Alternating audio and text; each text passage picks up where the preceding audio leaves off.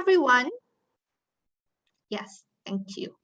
Welcome everyone to what is our, I believe, 14th global call on adapting CLD processes to continue through COVID-19 and beyond. I think we had and beyond on the call title and we just removed it because this seems to just keep moving, the pandemic. I'm Gunjan Veda from the Movement for Community-Led Development, and I co-facilitate these calls with Nellie Mecklenburg from the Institute for State Effectiveness. I know people are joining in and they will keep joining in, but we have a packed agenda as always. So we will continue on with it. Please use the chat, as you all know. Please use the chat to introduce yourselves. Tell us a little bit about where you are from, where you're joining in from, your work, your organization. We really like to know who is in the room. It's always nice to know who we are sharing brain space with, because these calls are really forums for us to come together, to share, to learn from each other, and to co-develop and co-think ideas. So please do introduce yourselves. We monitor the chat very regularly and religiously. So also as we go through the call, please use the chat to share any thoughts, comments, questions that you have for our speakers, for each other. We always take them up. So please do use that. But also in the interest of making sure that there isn't a lot of noise, we will request you to be muted till we ask you to unmute yourselves. So next slide, please. Thank you. We started these calls for those of you who've been, and I see some names here of people who've been with us from the beginning. So thank you for sticking with us. We started these calls in April 2020, last year, when a lot of our partners began to talk about the need to come together because we were experiencing similar problems with the lockdowns, with physical distancing. The pandemic had suddenly hit our world and we didn't know where we were going from there. And since then, we've come a long way from talking about, scenario planning and effective ways of dealing with lockdowns to moving on to things like how have governance relationships changed during this time? How are we working with governments? How do we make this happen more? To talking about getting representatives from COVAX, WHO, and others to come and talk about vaccine access, vaccine accessibility and acceptance. We've talked about, mental health and various other issues. And this year, we really started looking at what does this mean in the long run? So most of last year, we were focused on immediate response to the pandemic. And this year, we began to think about, well, what is it that we have learned from this pandemic? And what is it that we need to continue to do or change in the long term? And in our calls, we asked all of you what would be the areas that you would like to talk about, and 4 areas came up: environment, mental health, gender-based violence, and livelihoods and food security. Not that these are new areas. We all know that these are problems, these are issues that have existed, not problems, issues that have existed and that have confronted us for a very long time. But the pandemic really highlighted again the fact that we can't work in silos, the fact that we need to really comprehensively be consistently thinking and addressing these issues. And so we've already had calls on mental health. We've already had calls on livelihoods. And this is a 3rd call in that series where we are looking at the environmental dimension. So today's call, we're going to start with a very brief introduction to the movement for those of you who are new here. Then we have a very exciting panel. We have David Bonadou from PACT and Neil Vora from Conservation International. And we'll have a short discussion on integrating conservation and CLD with them after we hear from them. Then, as usual, we will go into our breakout groups, which we have discovered are really, really vibrant spaces where we hear such amazing ideas from all of you on these calls. We also hear and co-create and learn from each other on how we are all adapting. What more can we do? What can we do to work together? I've seen some really interesting partnerships develop in these calls. So thank you for bringing all of that enthusiasm and ideas to our breakout rooms. The breakout rooms today will be for 25 minutes. And then we are going to come back. We're going to do a quick report back where we're just going to hear one key takeaway from each breakout group. And then we are going to launch into a short discussion around what we heard, where are we going from here, what can we learn in the long run, and finally a close. So very quick overview for those who are new here on the movement. The Movement for Community-Led Development was launched in 2015, the same day that the Sustainable Development Goals were announced in the UN General Assembly, adopted by the UN General Assembly. And this was a group of organizations who came together and said, this is wonderful, but we are never going to achieve the Sustainable Development Goals if we continue with the top-down approach to development.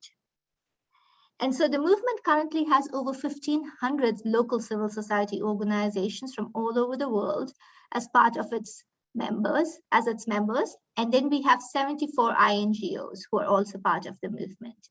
And together we work through national chapters, through working groups, through our monthly calls, through our global secretariat to ensure that every person has a right to voice in decisions that affect their lives. That's really what we stand for. Our national chapters are, and I see many members from our national chapters here, they're really dynamic spaces and organic movements of organizations and professionals who have come together and who are committed to ensuring community voices are heard in their countries.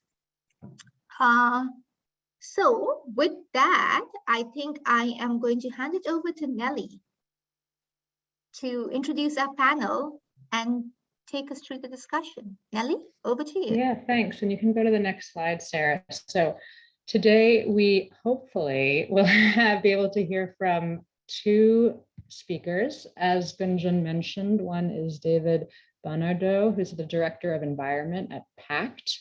And he hasn't yet joined us. So hopefully he does, but if not, we will make do.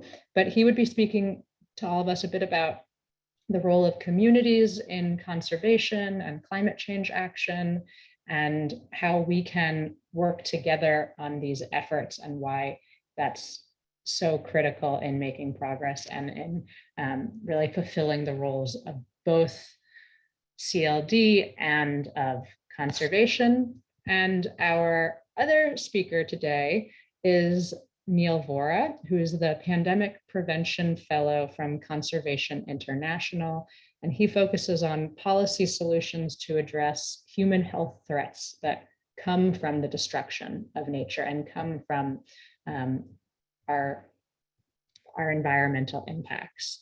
He's also a physician and an epidemiologist and specializes in outbreak response to pathogens coming from animals specifically. So he will speak to us about the role of environmental conservation in preventing pandemics specifically, as this is a call thinking about our practice around CLD, but also specifically how we are adapting to and engaging with this pandemic and future crises, and how that impacts communities. So I think while we wait and see if David is able to join us, I might actually first pass it over to you, Neil, if you want to go ahead and share your slides. Okay, thank you so much. Hello, everyone, and so nice to meet you all. Thank you for this opportunity to speak to you all and learn from all of you. Would definitely like to hear your questions and see your comments in the chat as I share a few slides. And so I'm going to give you a brief overview of how human health is related to the health of the planet and animals. I'll do this all in 10 minutes. And so let me share my screen. Can you all see these slides? Nelly, can you just give me a thumbs up if you do? Okay, great. Thank you. Okay, so I'm going to, again, talk about this concept known as planetary health. And the point is that people need nature to survive. Okay, so let's start with infectious diseases, because clearly we're all so impacted by this terrible pandemic right now. We know that emerging infectious diseases or new infectious diseases are on the rise, driven by human activity. This has been a trend since at least the 1940s, and most of these new infectious diseases originate from animals, particularly wildlife. And they are on the rise because of deforestation, forest degradation, commercial wildlife trade pipeline, both legal and illegal, and the poor management of farmed animals. So if we want to reduce future deaths from a pandemic, because this will probably not be the last pandemic that we face as a globe, unfortunately, we need to start investing more in pandemic prevention, preparedness, and response. Pandemic prevention means avoiding a pandemic. Pandemic preparedness means increasing the ability to respond if a pandemic occurs. And pandemic response means implementing interventions once a pandemic is occurring. If we underinvest in any one of these three sectors, it will fail to lower the risk of another pandemic occurring or result in the mismanagement of the next pandemic when it occurs. But unfortunately, even now, in discussions on the future of pandemic investments, prevention is being neglected. Let me give you some examples. So this is a screenshot from the G20 panel that they had convened earlier this year. It was a panel called Financing the Global Commons for Pandemic Preparedness and Response. You'll notice that they talk about pandemic preparedness and response all over, but pandemic prevention was only mentioned as an afterthought on their website. Look at this panel as well. This is from the World Health Organization. They convened an independent panel for pandemic preparedness and response. Again, prevention is not even mentioned in the name of the title of this panel. And the final report was released in May of this year. It was called COVID-19 Make It the Last Pandemic, yet it only had one mention of deforestation and 2 mentions of wildlife in the whole report of 86 pages, even though most new infectious diseases originate from animals, particularly wildlife. And the reason these are on the rise is because of deforestation, wildlife trade, and the poor management of farmed animals. So it begs the question, how can we make COVID-19 the last pandemic if dominant global health voices are not even talking about the drivers of that pathogen spillover from animals into people? So when we talk about pandemic prevention, it requires investments in 2 buckets. The first bucket is in just doing a time check. So the first bucket is in pre-outbreak intervention. That means preventing pathogen spillover from animals into people, such as by stopping deforestation and improving laboratory safety.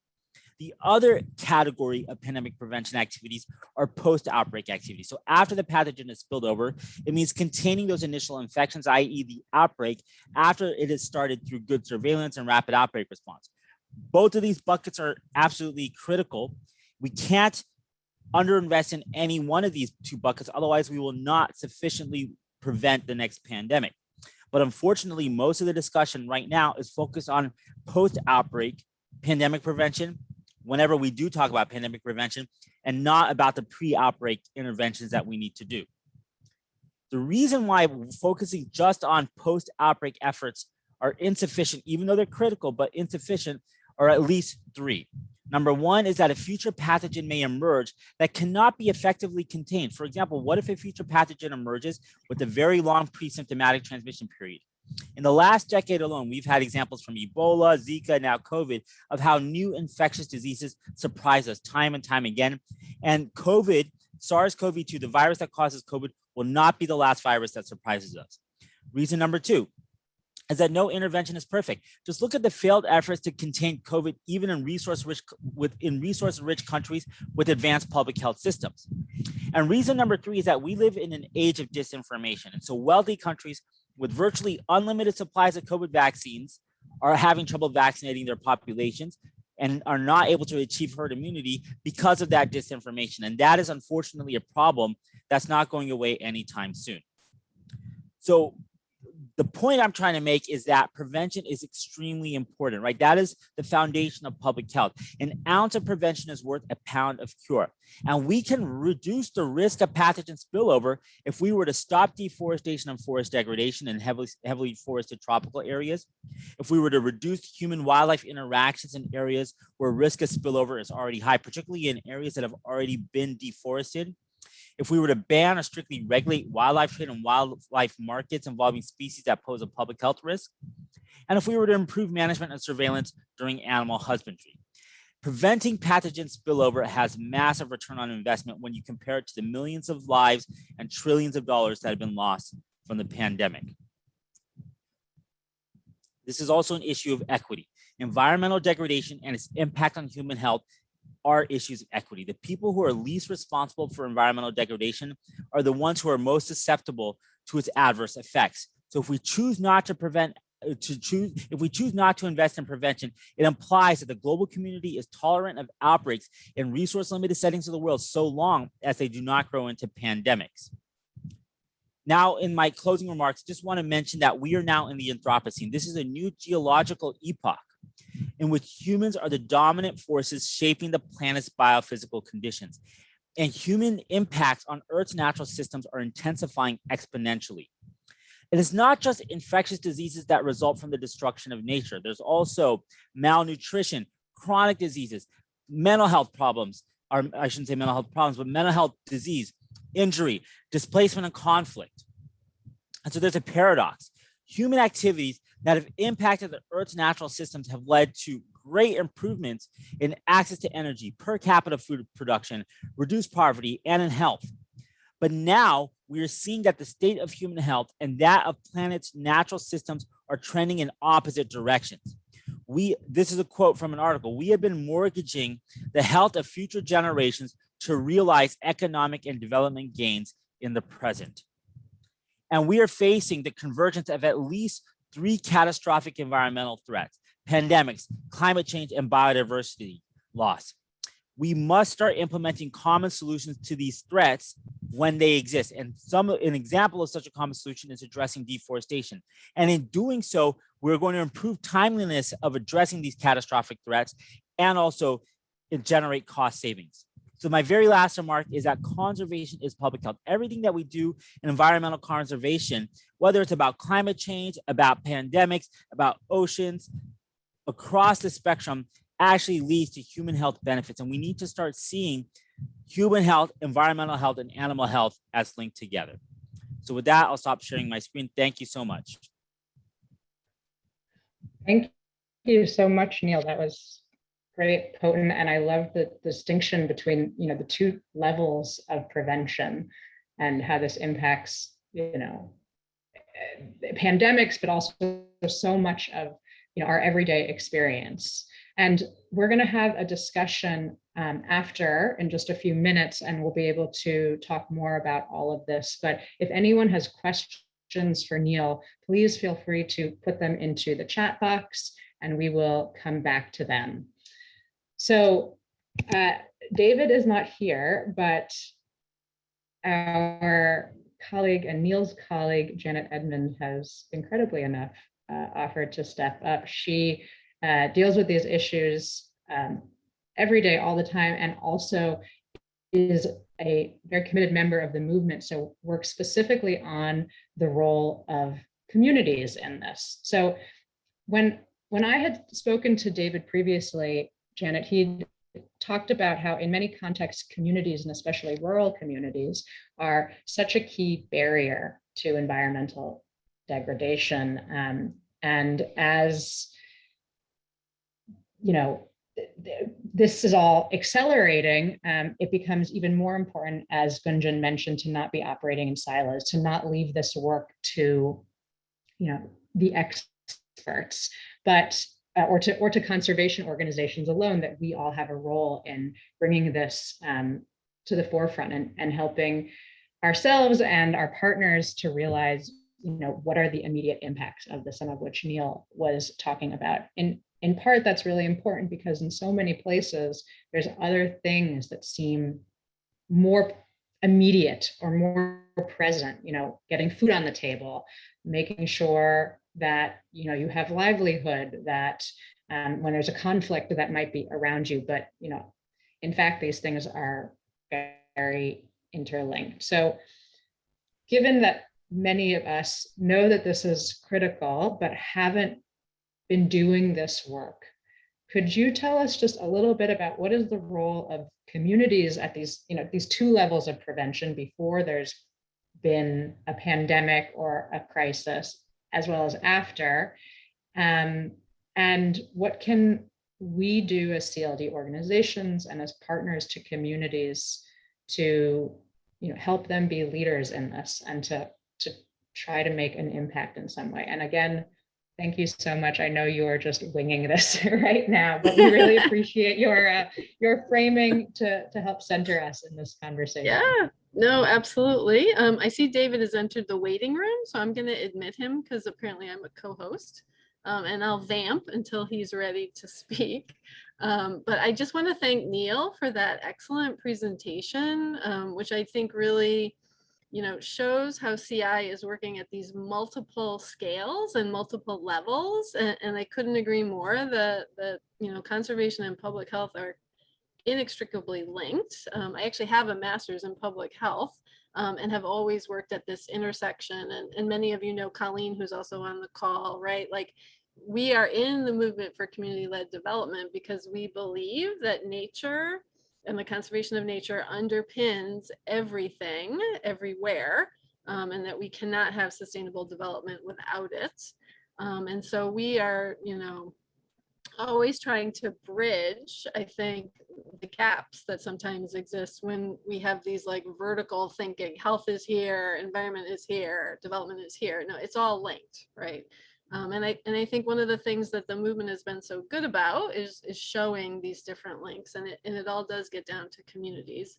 And just to say that, CI has a very long history of working on climate change, community development, protected areas.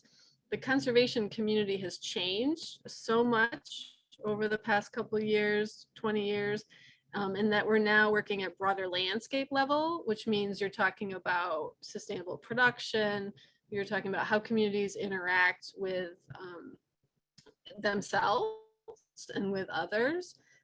We've been looking at conflict, but we've also been looking at, rights-based approaches, and the fact that community-led development is all about participation, governance, respecting human rights, and these are fundamentals to all of our work.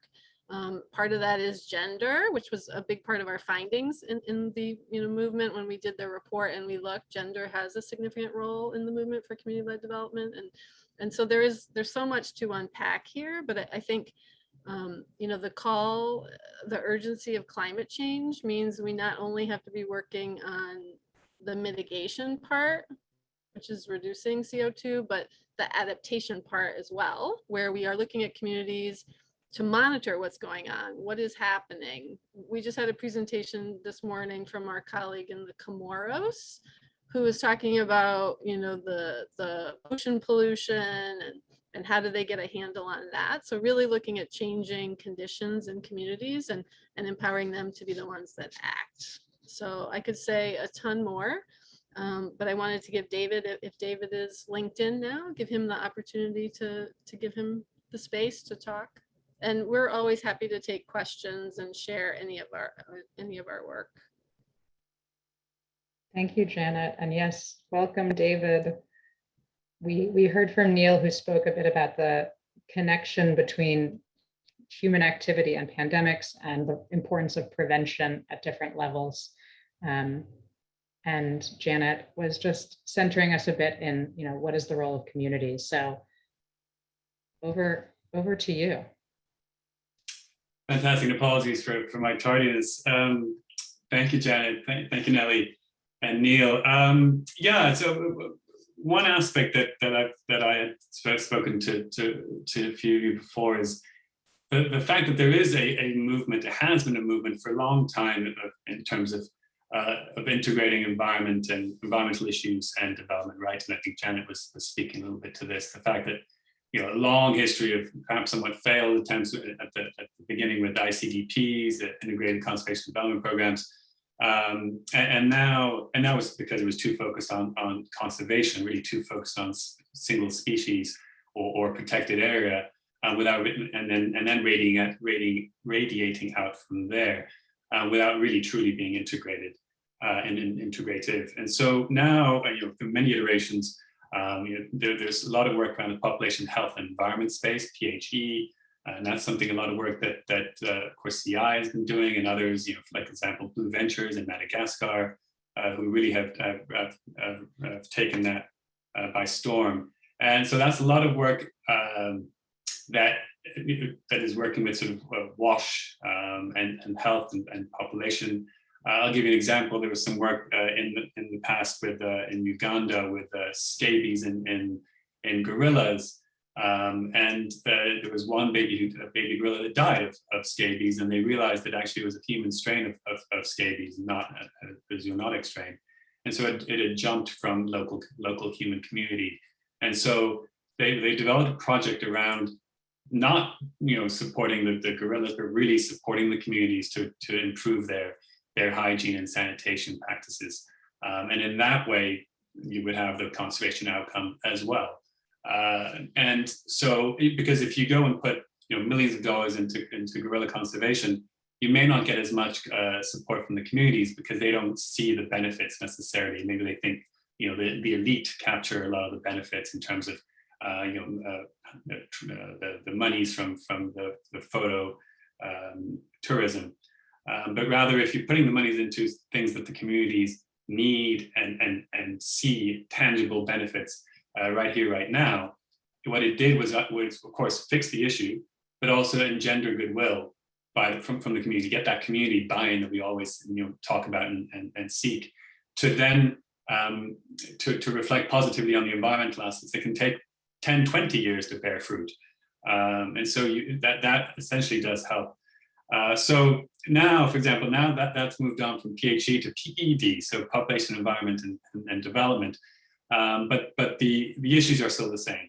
We need to integrate in a way to both assure the communities are with us on this, because if we don't get the communities, as I'm sure Janet was talking about, on board, then all the measures that we put in place, be it on the WASH, population health front, or the environment front, will go to waste. And now actually USAID, in the USAID sphere, there's a talk of One Health, and there are many projects as a result of this pandemic.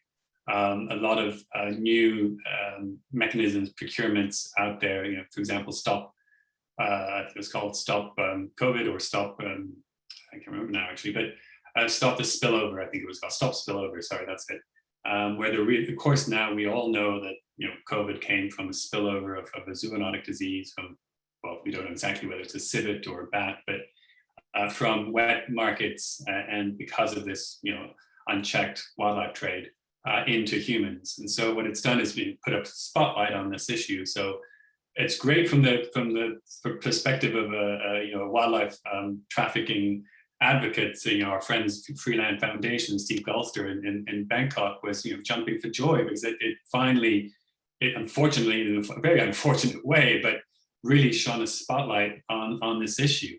So USAID is understanding it, of course, and really pushing a whole lot of money out there to just say our One Health, our health is intrinsically linked to our environment, and in so many other ways that we haven't even touched upon. But in terms of crops and our pollinators for our crops, if we destroy the habitats, then we're reducing our ecosystem services that they provide in terms of water regulation, water quality, air pollution, and so that's what the pandemic has shown us, that there's this intrinsic link. And if anything, it's galvanized the environmental sector more on these issues, but it's brought on other sectors to work in tandem with us. So with us meaning the environment community. And I'm sorry, perhaps I've gone over some things that Janet had already spoken about. So if anything, then perhaps I'm just validating and what's been said. But all to say that there is a framework out there, and hopefully the donors, as USAID are showing, are more willing to put out these projects, because we can all have wonderful intentions, but if we don't have the money to do so, and to change business as usual and be a systemic shift, we need the donors to be able to reflect this in what they're putting out in terms of RFPs and RFAs. And it's looking promising. It's taken a global pandemic and millions dead in order to do so, but it's happening. But it's perhaps it's not too late. I'll stop there as I feel like I don't want to go overstep my bounds. No, that's fine. Thank you, David. Yeah, I think, at the very beginning, Gunjan was saying how over the course of this series, there's been a few different issues that this community has identified as having been critical issues and existing for long before the pandemic, but somehow the pandemic put a spotlight on them and made, us feel more that these aren't issues that we can leave for someone else to deal with, but really are integral to the work that we all do, are really integral to what communities are facing and will continue to face, for a long time to come. I see we have a question in the chat box, and I will come to that in just a moment. But I was wondering, you talked about how, and I mentioned this before you got on, these can seem like far away issues that it doesn't seem to be immediately of concern to communities when it doesn't, the returns on some of these investments might not come for 10 or 20 years.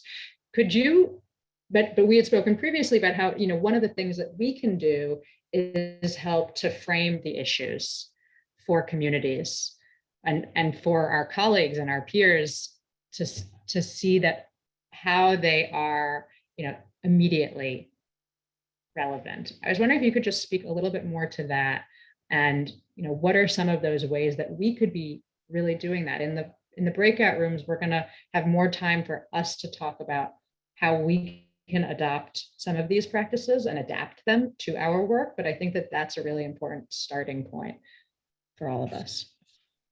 Yeah, thank you, Nellie. One thing is, as we just said, that this pandemic has really shed light on these issues, right? And it's really localized the problems that oftentimes are seen to be, the NIMBY issue, or not NIMBY, so in someone else's backyard, not in my backyard.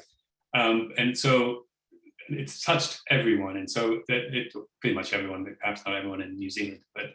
And that's unfortunately what it takes to really have that shift, that behavioral shift, and it has to touch you in a real integral way in terms of your livelihoods or your health. And so I'll give you an example. For example, in Malawi, we have a fisheries project, which when the pandemic occurred, it hadn't at that point really impacted the communities in rural areas that, along the lake shore of Lake Malawi. But what we did do is utilize our infrastructure, our fish or project technicians working alongside enforcement and extension officers from the Department of Fisheries to go out and raise awareness on these issues of COVID. But again, it seemed to be somewhat, for them, still a global issue that wasn't really impacted them. It hadn't quite arrived to Malawi at that point. So we were almost sort of definitely not preaching to the choir, but quite the opposite. And so, but then after a little while of doing this and putting out these messages, there was a disease that came out. There was an outbreak of epizootic ulcerative syndrome, EUS, which impacted at that point a relatively localized area in sort of central north Malawi, where fish were dying off, and you're seeing all these ulcers on the fish, which of course impacted their sale price, as well as actually then were killing them.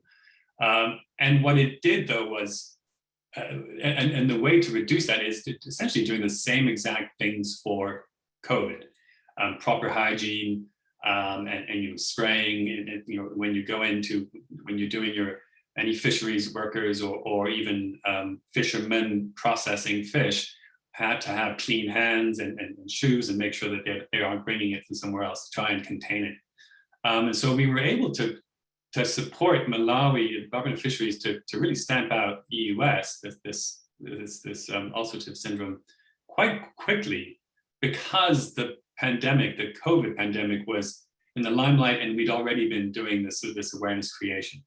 And that's just an example that shows that it needs to hit home. It needs to really truly hit home in order for people to truly make the change that's needed.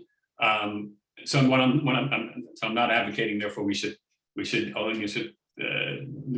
a little bit of COVID-19 everywhere and get everyone sick in order to get them to start thinking about these things. But we need to consider, how can we localize this? How can we link this to their livelihoods, link this to their health, link this to their and it can be with linking it to HIV/AIDS. It can be linking it to pretty much anything. I mean, there are ways and to make the linkage such that, depending on the context, depending on the country, depending on the community, you can mobilize and really get them to change their ways and their behaviors. Yeah, and I think, thank you. I think I'm going to hand it over to Colleen to ask her questions. I think this connects to that in terms of, how do you frame prevention before it's happened? Colleen, do you want to ask your question? Sure, thank you. And I apologize, I'm going to have to leave soon after the speakers respond. But,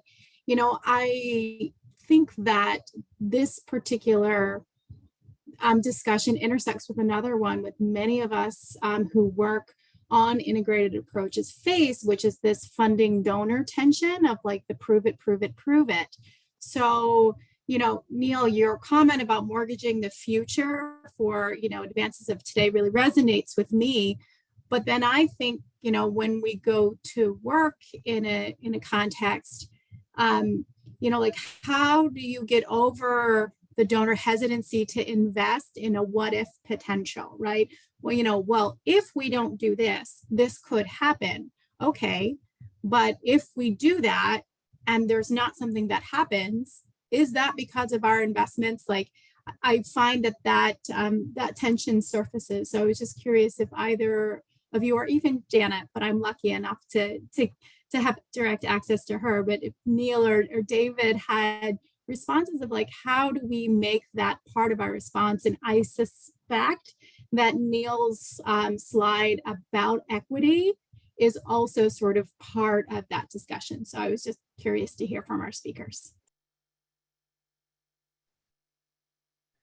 Thanks, Colleen. And unfortunately, Neil had to leave to go to another meeting. So Janet will be once again his second. But over to both of you. I'll just say very quickly, I think, again, as I mentioned before, I think it's connecting, it's looking at those cumulative benefits, much like we were looking at if you've been involved in REDD+ projects, reducing emissions from deforestation degradation, and payment for ecosystem services projects. If you just focus on one ecosystem service, water regulation, the benefits you're going to get from that for communities in terms of dollar values is very little. But if you then start overlaying carbon credits because you're protecting forests, if you start overlaying the funding they get from ecotourism payments from companies that are benefiting from the trees being intact and the beautification of the area, and you start to you get all these bundled payments and all these different ecosystem services, you get to a point where the sort of the opportunity cost is greater than the detrimental non-sustainable land practice that was there before, be it coffee or mining or what have you.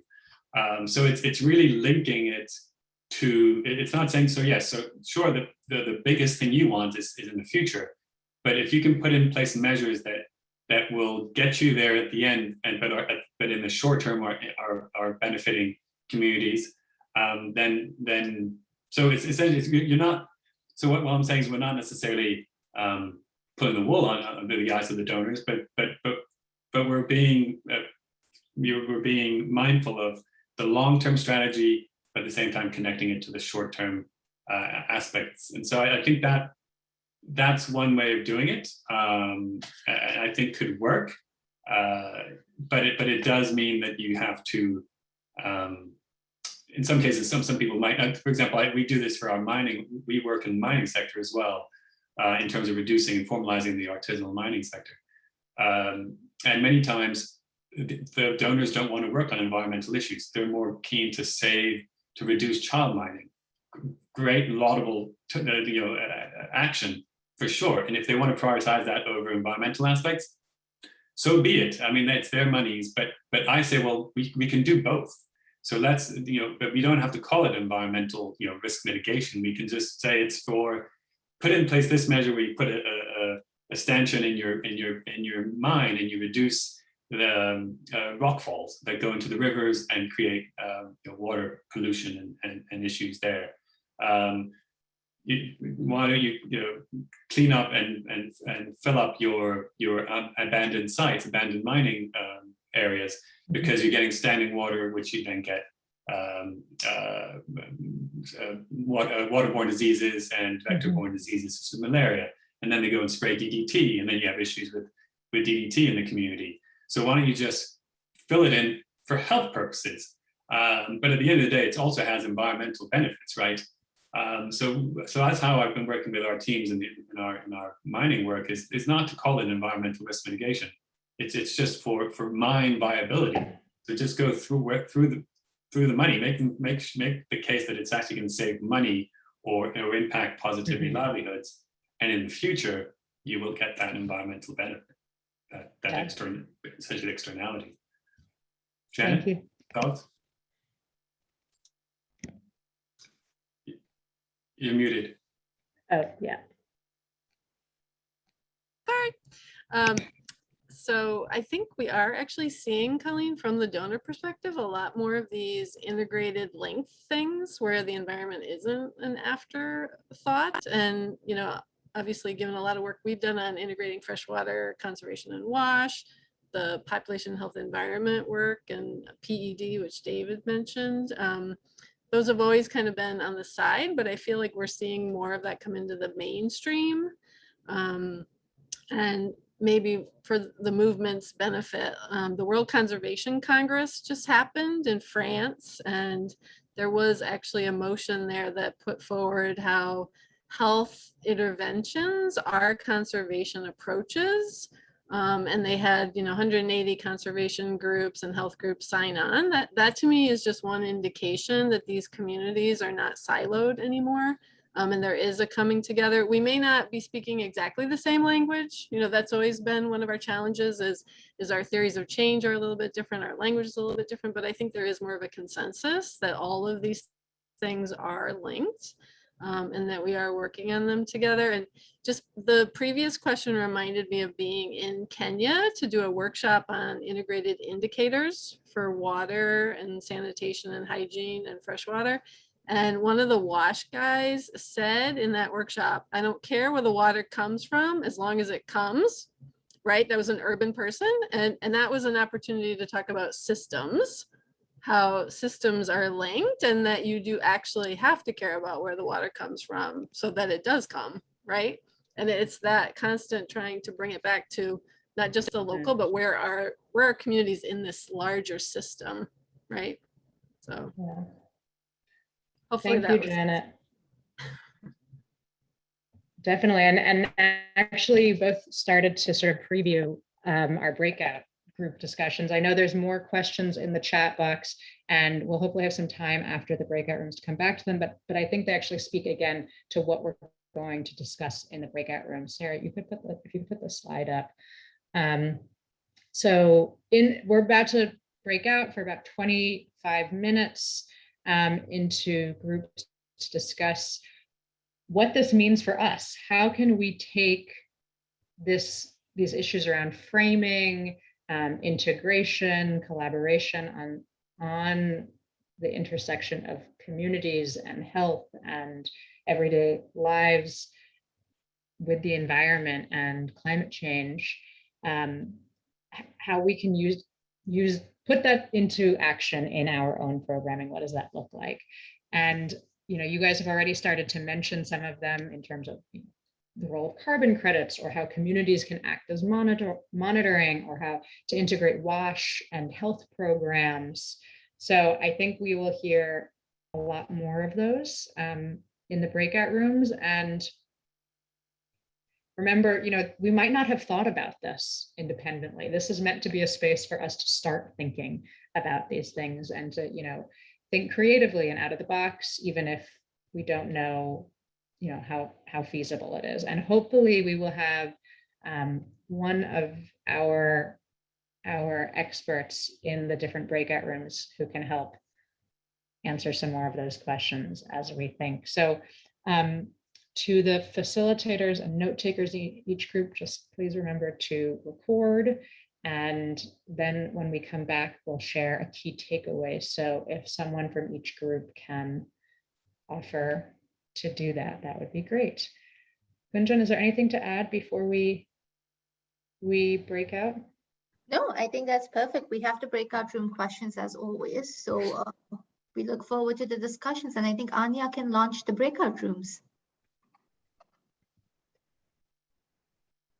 So you should all see a pop-up message inviting you to join the breakout rooms.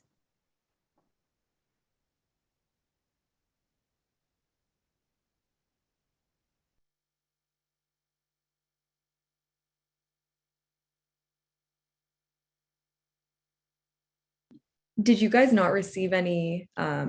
Nobody got any? Okay. All right. Give me 1 second.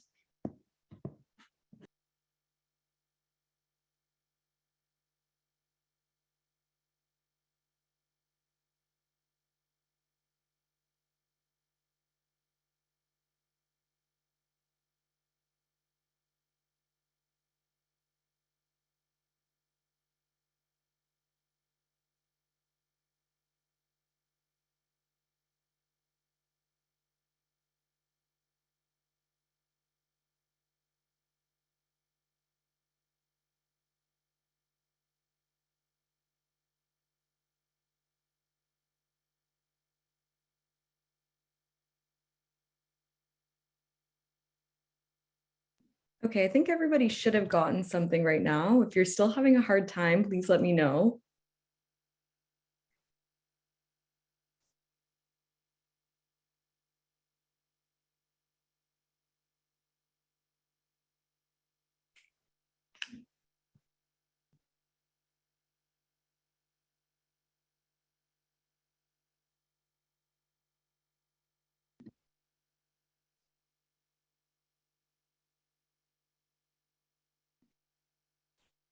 All right, does everybody here see an invitation for a breakout group? If you do not, please let me know.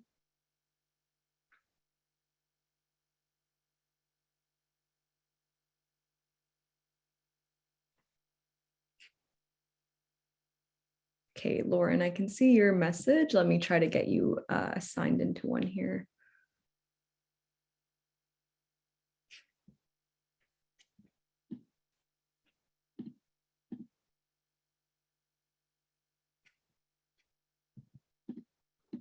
Okay, just a second here.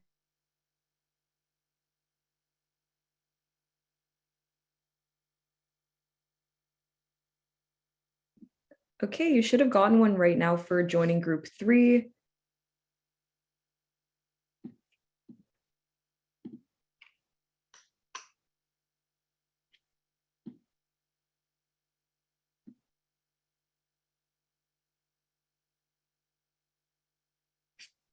Perfect.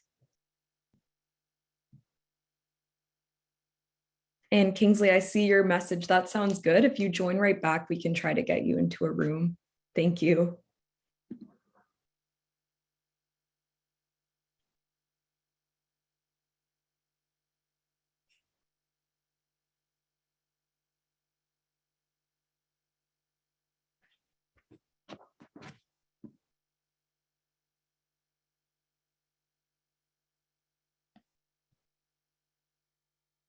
And can the rest of you guys hear me, or did you guys get any notification for a breakout group?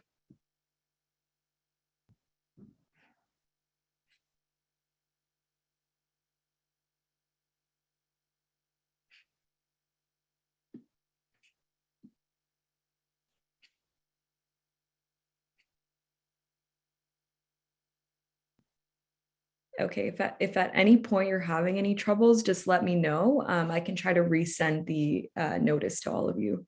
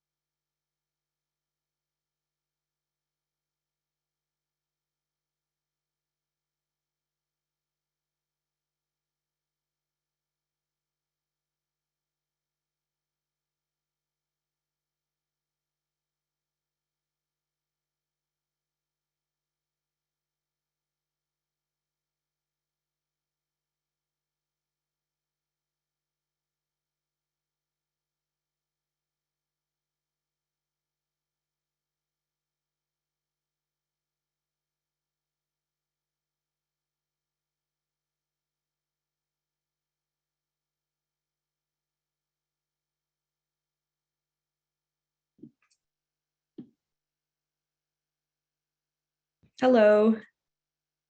Hi, I was meant to be in room 3. This is Oh. Maggie. Yes, I will send Yes, you. but somehow the intern. Oh, thank you. Thank you once again. No problem.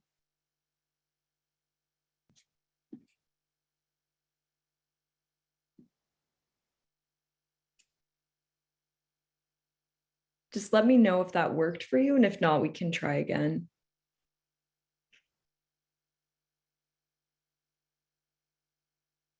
Okay, perfect. And Maham, I'm not sure if you can hear me at all, but I can try to resend resend you to a breakout group as well. You can unmute or just type in the chat if you can hear me, and if not, I'll check back in a few minutes.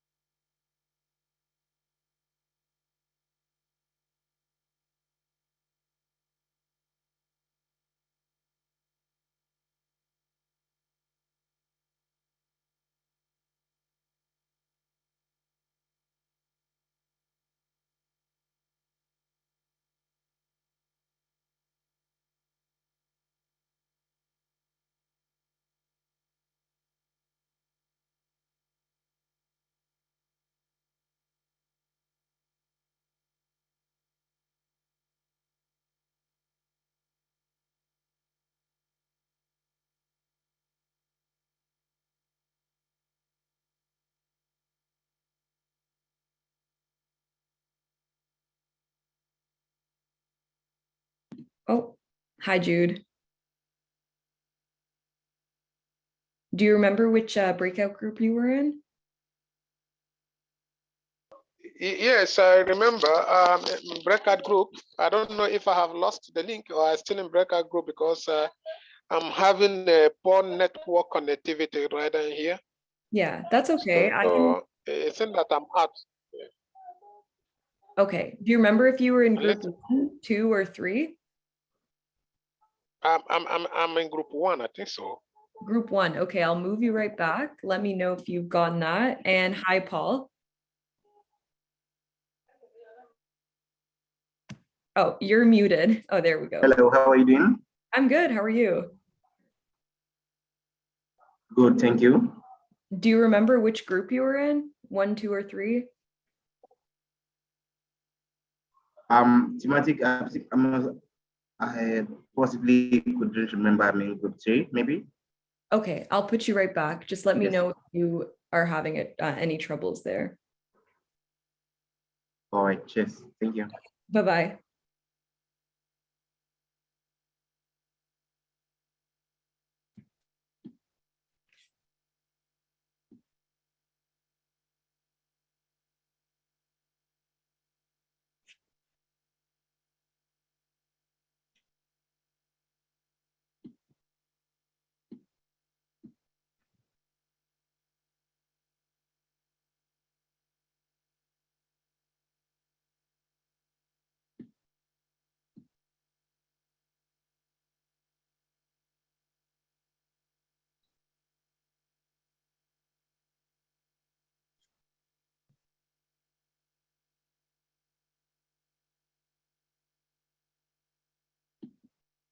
Hi.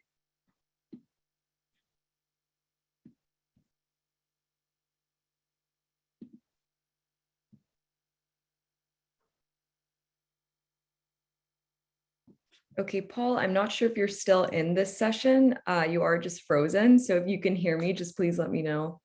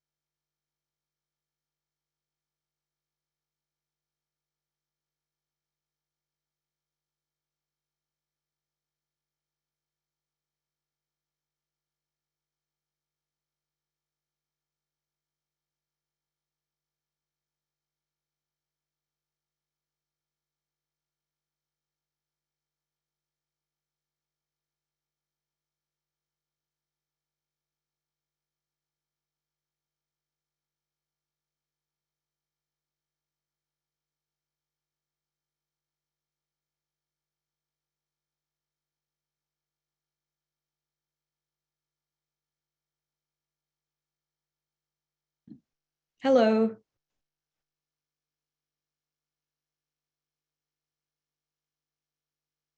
I'm not sure if you can hear me, Nosiku, but do you remember which breakout group you were in? I can put you back.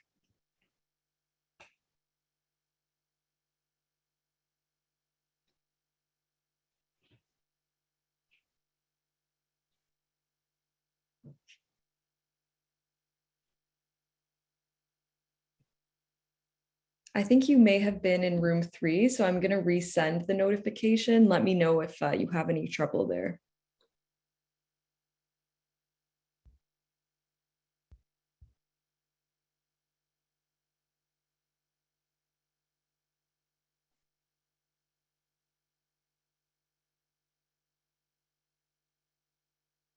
Perfect.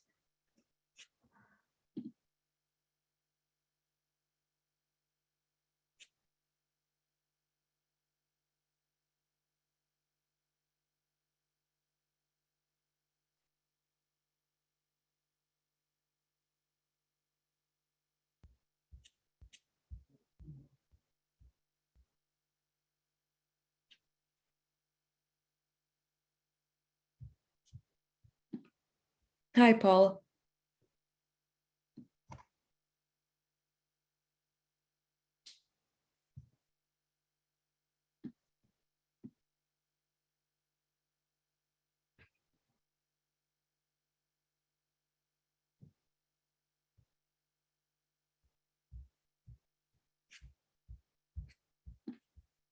Hi, Paul.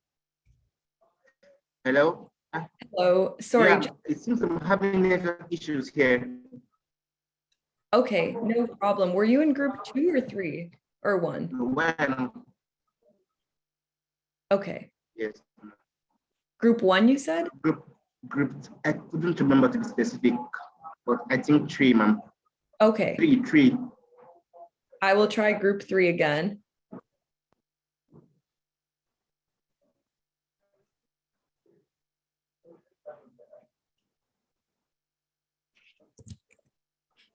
Okay, so you should have received something there. Just click the button and it'll take you back. Okay.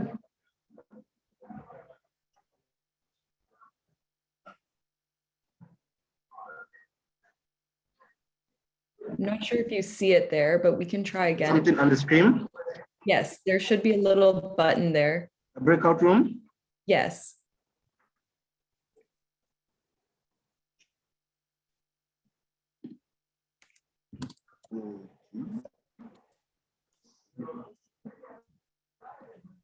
I can also try again for you. Oh, yeah, I've seen the breakout room. Yeah. Sorry? Okay. Yeah. Okay.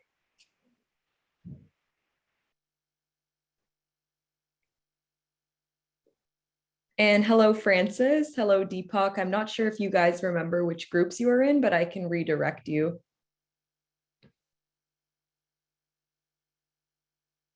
So just let me know if you were in 1, 2, or 3. I'm not. I don't know which Oh. group I have been. Yeah. No problem. I think you may have been in group 1, so I'll put you back in there. Sure. And then Okay. Okay.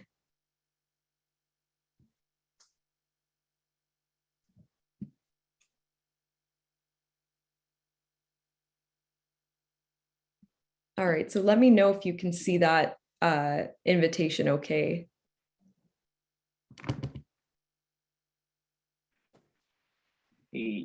Greetings, Francis. I'm joining from Zambia. Hi. Good, how are you? So sorry I'm late. No, I don't know. We were just in our breakout sessions right now, so I can place you in a session. I think there's about 9 or 8 minutes left. So I'll put no problem. I'll put you in group 3. Just let me know if you receive the invitation there on your screen. Okay, yeah. Okay. Can I join it? Yes, go ahead and join that one. Thank you so much. No problem.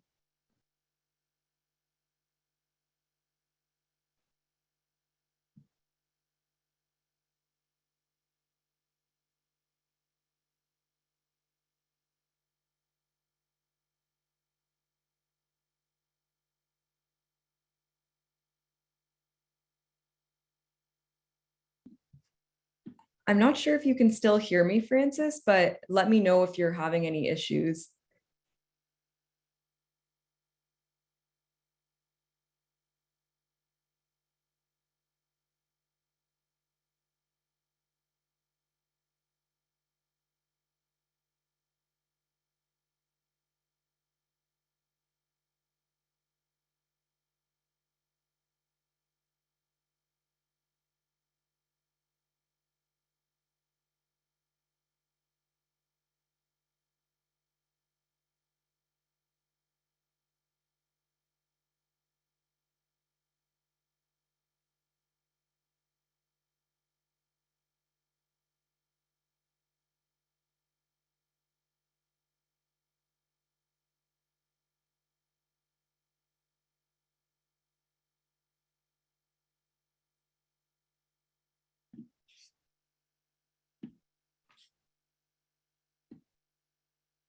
Hi, Pascal.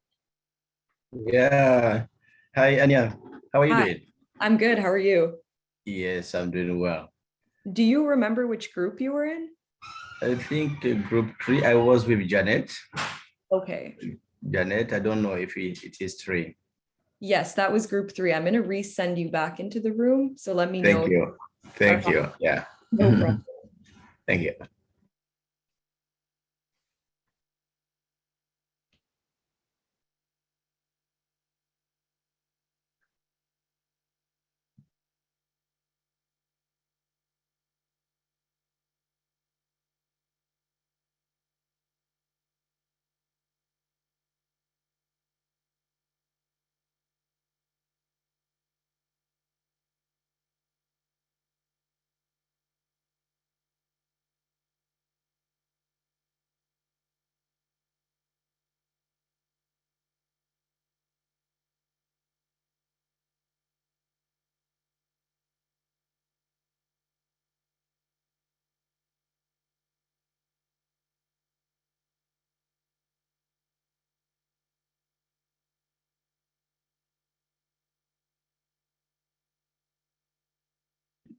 Hello.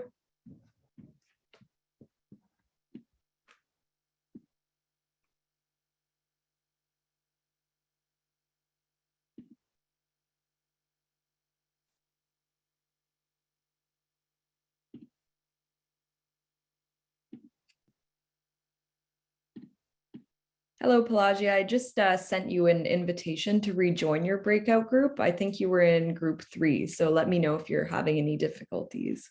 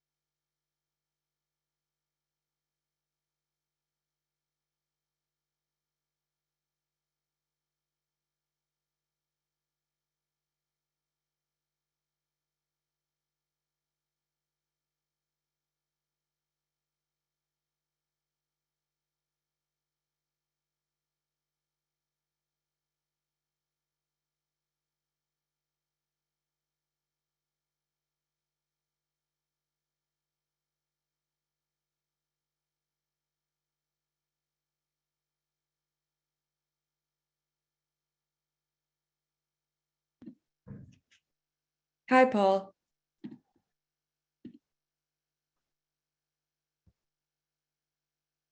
I just sent you an invitation for group 3 again, but if you're not able to join, then don't worry. We only have about a minute left in the sessions.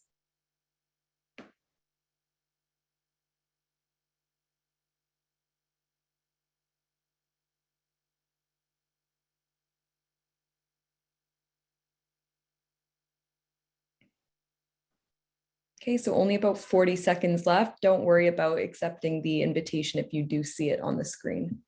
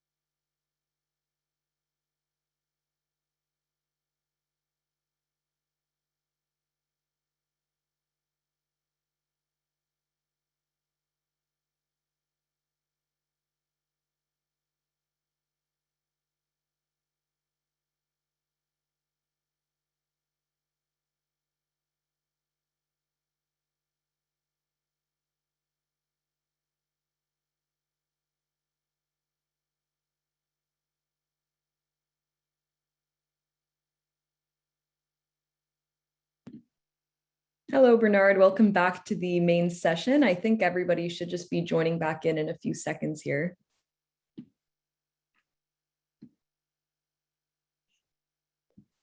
And welcome, Jude. I think everybody should just be wrapping up their breakout groups now. Okay, thank you very much.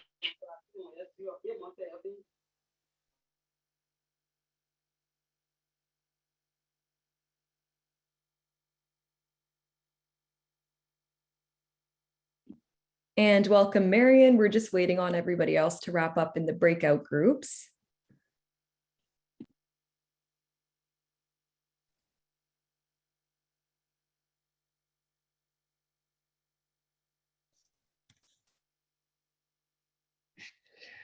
Welcome back, everyone.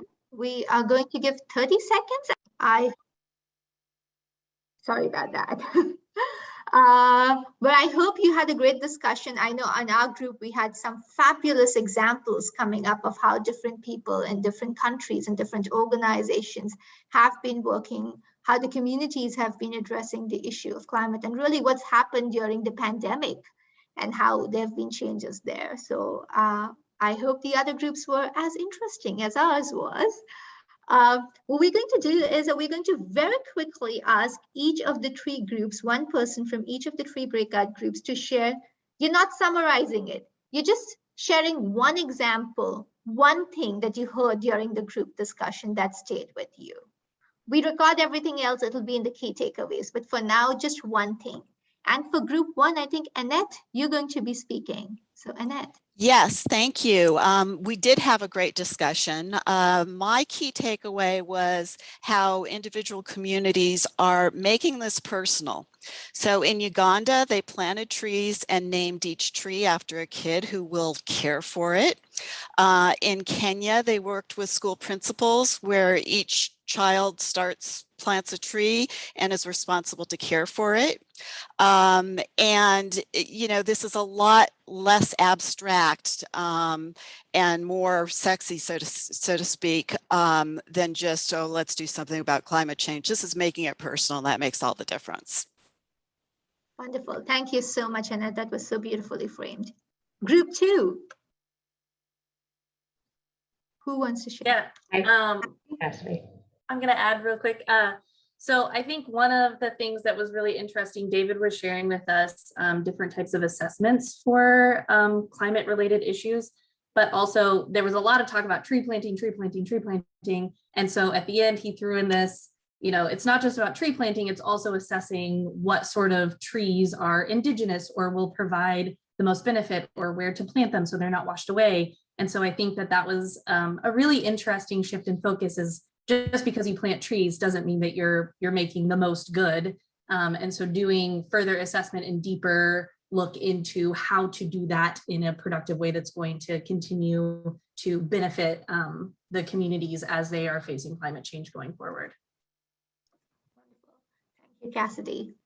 Group three, and before I actually invite group three, I have to say, Cassidy, in our group, we actually started with Isabel pointing out that oftentimes we tend to plant trees and, take some global not imported other solutions, not necessarily, and think that we are doing this. And she talked about how indigenous groups who've been doing it for all this time, where are they in the process and what have we learned from them? So breakout group three, who wants to speak up? Yeah, I'll do it.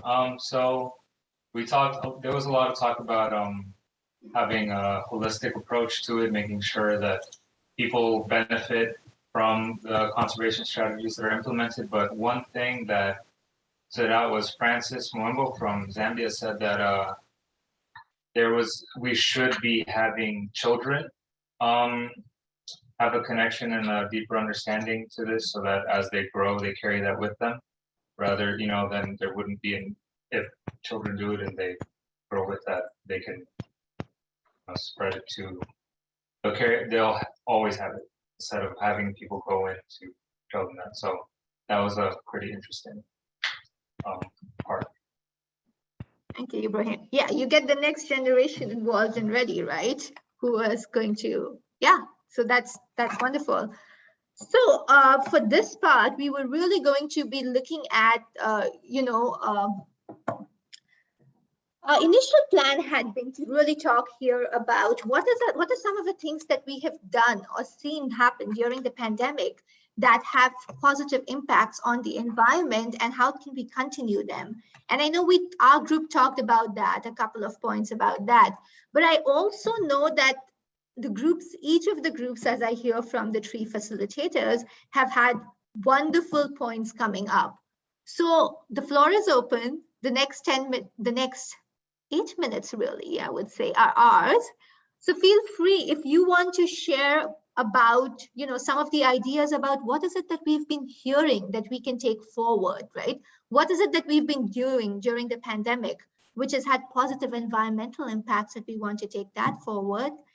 Feel free to share that. But if you think there was something really interesting that came up in your group that you want to either bring to this main group or that you think needs further discussion, then you can bring that up as well. And I also know that there was a question for David that we had not addressed before we went into our breakout groups.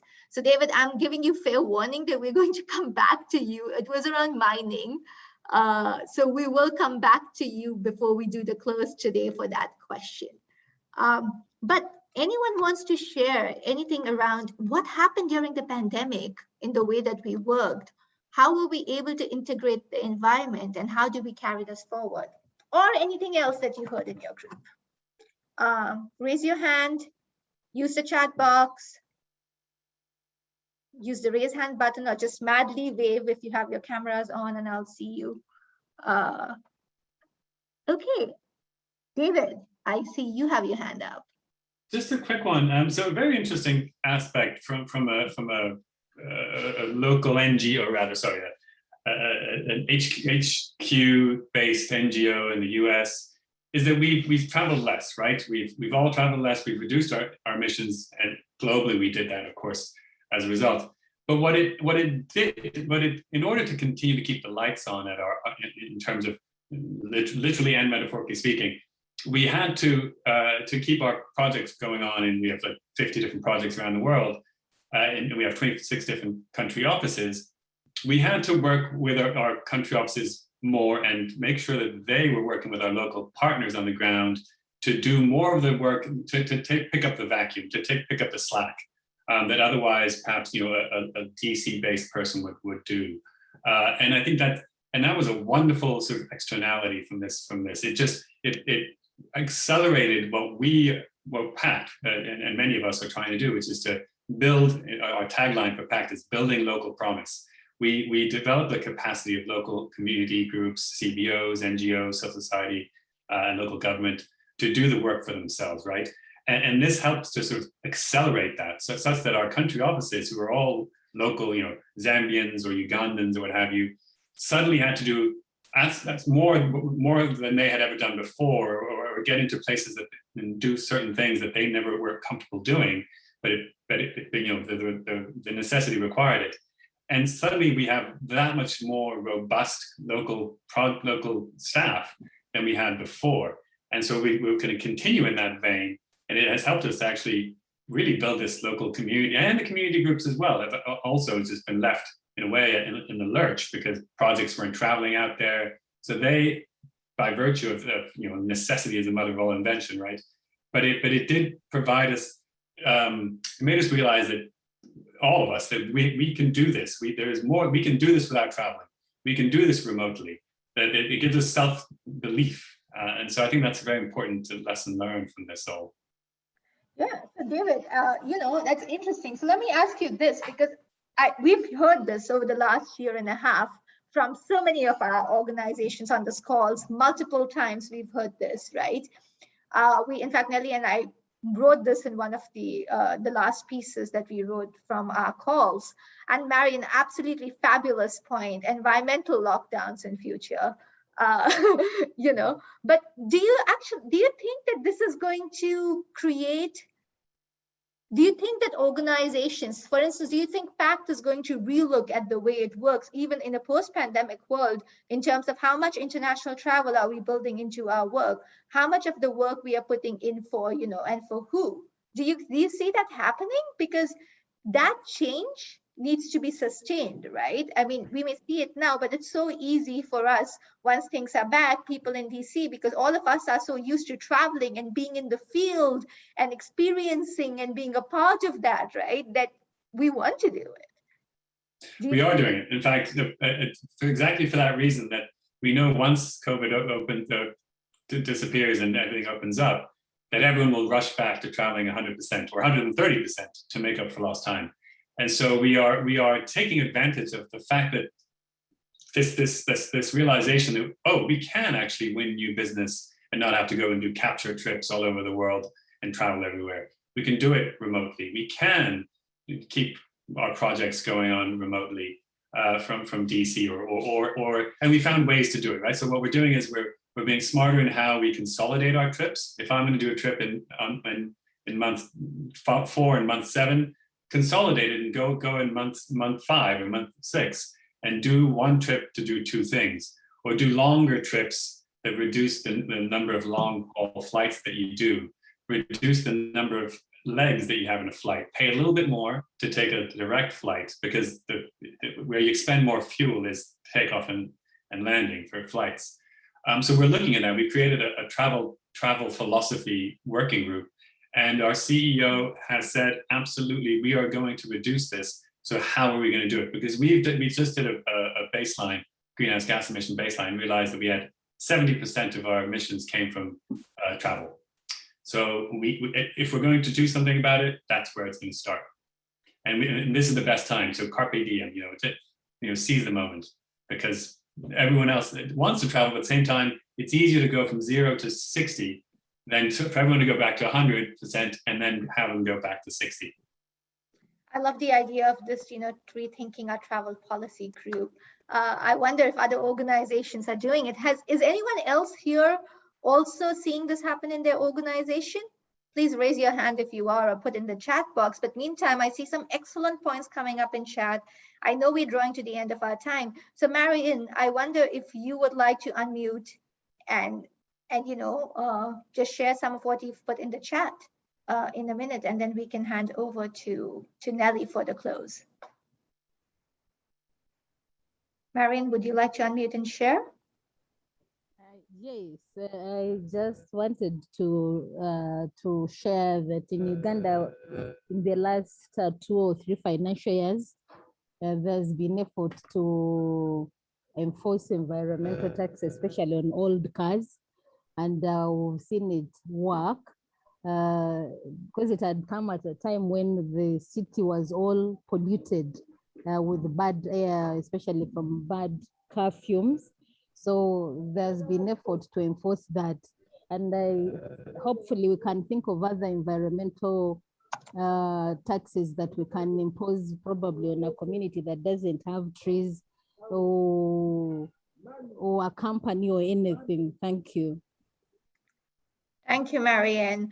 I know, Aya, you also had, there's some great things, and Lauren has put some great things in chat. I wish we had time to talk about all of them, but the idea today was to, again, just start us on these discussions, hear from each other and think together. If there is more on this, we can always come back to this topic again. We can always create some resource, put together a paper. So anything that anybody wants to do on this, please do reach out to us. David, I have put in a question that was there for you from Aya in the chat. If you can answer it either in chat, or I'm sure Nelly can do a close and then come back to you for the answer for that. But is this the mining, related to mining? Yeah, it's the one related to mining. So if you don't mind typing the answer, that would be fabulous. And that way we can use those 3 minutes to hand over to Nelly. Thank you, Gunjan and Sarah. You can put up that last slide. I'm buzzing. I'm so excited by this conversation today. I feel like there's been so many really good, really concrete ideas that have come up. And there's so much more to do. I was really impressed when we asked the question in the breakout room, so who's doing things like, who's working on this? And it turned out basically everyone was doing stuff like this, because the communities were the ones who were saying, this is what's important and this is what matters. And I'm going to take advantage of being the one talking, just to say one thing that I think also David shared and speaks to Marion's point about, you know, taxing environmental taxes, is that, you know, who has what kind of responsibilities, and, you know, people and communities have to, you know, bear this burden, and they have a part to play in its cause, and, you know, need to mitigate. But really, a lot of this is the responsibility of major industrial countries who've created a lot of this problem, and two, also it's a, you know, a role of government. So how do we advocate for things like taxes or things that enable communities to have more control over, you know, their local environment, perhaps? Anyway, just food for thought. But as we close, I wanted to first also thank the multiple people who are behind the scenes that don't introduce themselves at the beginning of the call, but are, you know, integral to making sure this happens. That's Anya, Christian, Ibrahim, Chris. I'm sure there are many at Sarah, many others, but thank you all. And then just as we close, wanted to highlight some upcoming events. There are 3 sector dialogues that are coming in the next month, one on localizing livelihoods, one on health systems, and one on access to justice on September 16th, 28th, and 30th collectively. There's also the regular monthly MCLD call at the end of the month. And then in early October, there's a big launch for phase 2 of the movement's collaborative research work. They'll be sharing findings from a rapid realist review on how community leadership and facilitation lead to improved equity and resilience in the context of food security. And the keynote speaker will be Don Steinberg, who's an expert advisor to the USAID administrator on localization. So that is very exciting and will be a major event, and registration for that will be emailed out soon. And as always, if you aren't already on the mailing list, please subscribe and you'll get updates about all of these events right to your mailbox. David, I don't know if you wanted to, oh, I think you responded in the chat box. So a little bit. Perhaps I will hand over to you respond, but also allow those who have to go, because we are at the hour, to hop off at the same time. So thank you all again, really so much for this really engaging discussion. And David, if you just want to respond to that while people, those who can stay, and others jump off. Sure. Yeah, so the issue on artisanal mining, only to say that I mean, when I first arrived at PAC, this is why are we working on mining? It's a scourge on the earth and really is impacting, you know, wildlife and big issues all over the world. It's a big driver of deforestation. It's all true, but at the same time, it's a huge livelihood for millions of people directly, and then tens of millions indirectly. And so we can't. And if you try to make it illegal, as many countries have done, it drives the sort of the unsustainable ones into the shadows, and essentially just makes it even harder to regulate them. So that's what PACT is working with many around the world, is to formalize this artisanal small-scale mining sector and help to bring them under the regulatory fold. And so that means, you know, they'll be more willing to adhere to occupational health and safety standards, to labor laws, so they don't, you know, children aren't used in mining, that they adhere to environmental laws and carry out environmental impact assessments.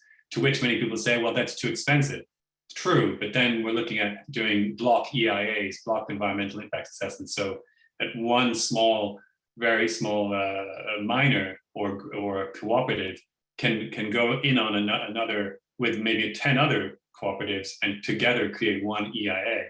And that way they can pool their resources. So we're doing this kind of work and much more in terms of mercury reduction, because mercury is used in coal mining. That's a huge has a huge impact on fish and river health, and then there's also impacts on. So we're working on this across the board, but it's a huge community driver of livelihoods, and so we can't ignore it and put our heads in the sand. Excuse the pun, because sand mining is a big one as well.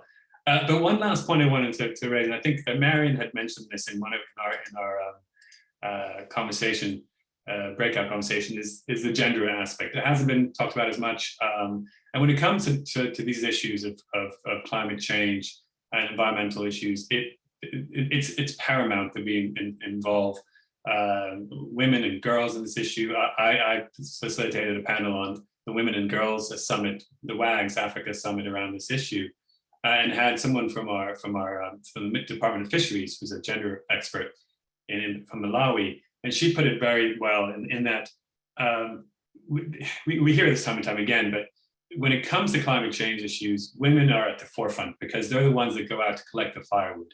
They're the ones that are going out to collect the water.